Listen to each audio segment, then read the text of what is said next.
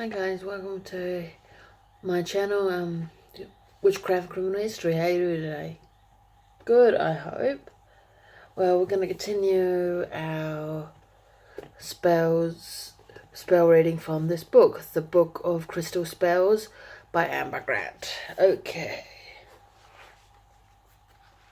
And this is to do with secondhand jewelry.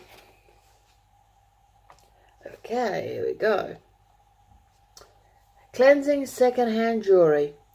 Some of the most interesting and unique pieces of gemstone jewelry can be found in secondhand and antique shops. You can find good deals at garage sales as well as online. I only found a gorgeous pair of natural quartz point earrings in a secondhand shop in Seattle. I have a pendant of an amethyst and malachite, rings of onyx, garnet, and tiger's eye. All purchased via online auctions, all previously owned. In one antique shop I bought an amazing amber ring set in sterling silver. You can find some great deals on gently used jewelry, so don't pass them up. Of course, you may be concerned about the energy the object holds from its previous owner.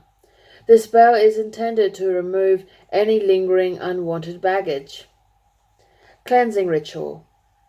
Using a mortar and pestle, grind dried rosemary with a tablespoon of sea salt or a few grains of frankincense.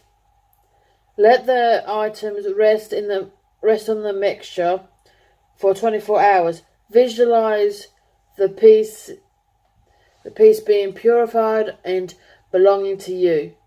Or you can use a cleansing elixir.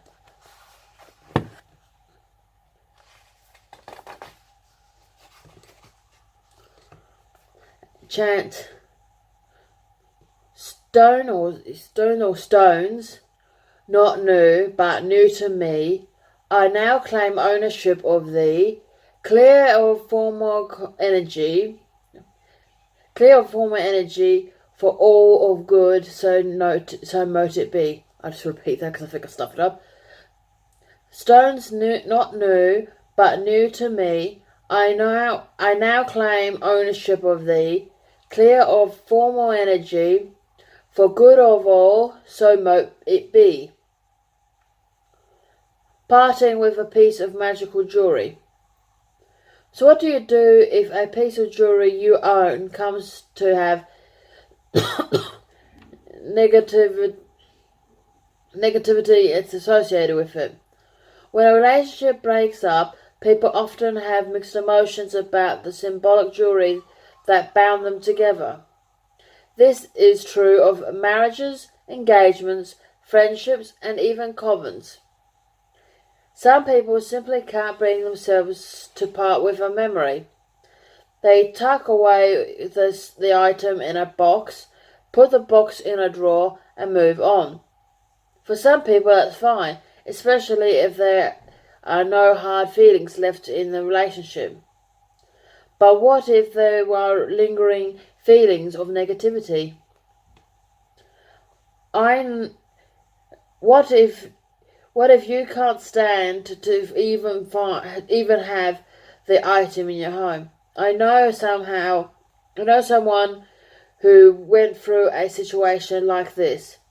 Not only were there bad memories of betrayal associated with the piece of jewelry, she was also concerned that the piece was linked that kept her tied to this person. She wanted to sever the relationship completely and move on. First, she put the item in a bed of salt while she decided how to handle it.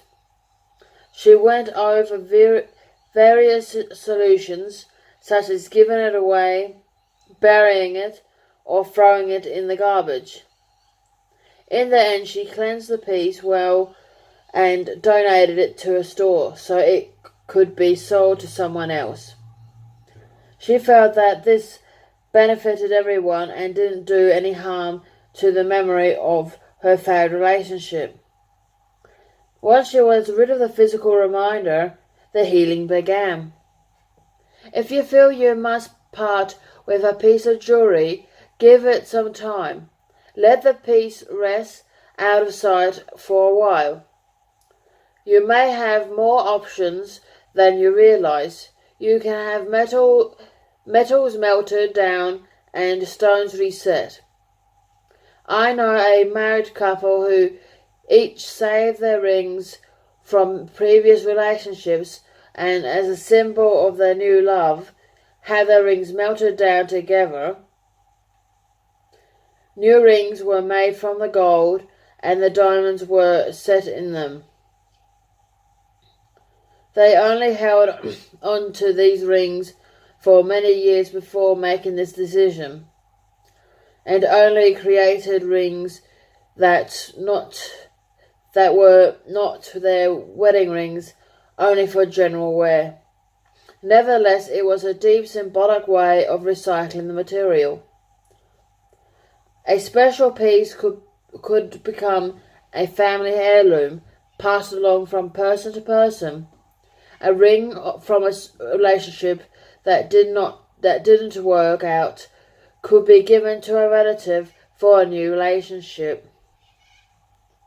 Though it's important to cleanse it first. There's nothing wrong with keeping a piece of jewelry if you have good memories associated with it. Just clean it and cleanse it before storing it away. This will help remove negativity and its symbolic clearing of the old to make way for the new. If you have very strong emotions but still don't want to permanently give up the piece, ask a friend to store it for you or put it in a safe deposit box. Sometimes, for whatever reason, we feel that a piece used in a spell can't be cleansed enough, and we would rather be rid of it. A ritual parting for a broken or lost piece that still contains magical energy can offer a sense of closure. Parting ritual. During a waning moon phase, place the items on a bed of sea salt crystals. Visualize the item being neutralized and purified. Chant. Symbols of what used to be. Symbol I no longer need. A peaceful resolution found. For good of all, no longer bound. Keep the object on the salt until the new moon. Then decide how to dispose of it. It can be used as easy as placing it in a box and stow it away in a drawer if you're not comfortable with that. Another idea is to have the piece taken apart and made into something new, if possible. Ask someone if destroying the piece is really necessary. If it is, find a safe way to discard it. If the piece has been lost and you seek a symbolic parting, place a drawing or photo of it upon the salt and follow the same direction. When the ritual is complete, destroy the photo or drawing. To dispose of a bundle, simply disassemble it and recycle the pieces. Cleanse any stones you plan to use again. Bury herbs. Wash the ribbons and cloth, burn them, or throw them away. Sometimes candle wax can be recycled if you make candles, otherwise throw it away. Hopefully you enjoyed these spells on and rituals in regards to jewelry. If you enjoyed it, please like and subscribe. Have a great day and blessed be.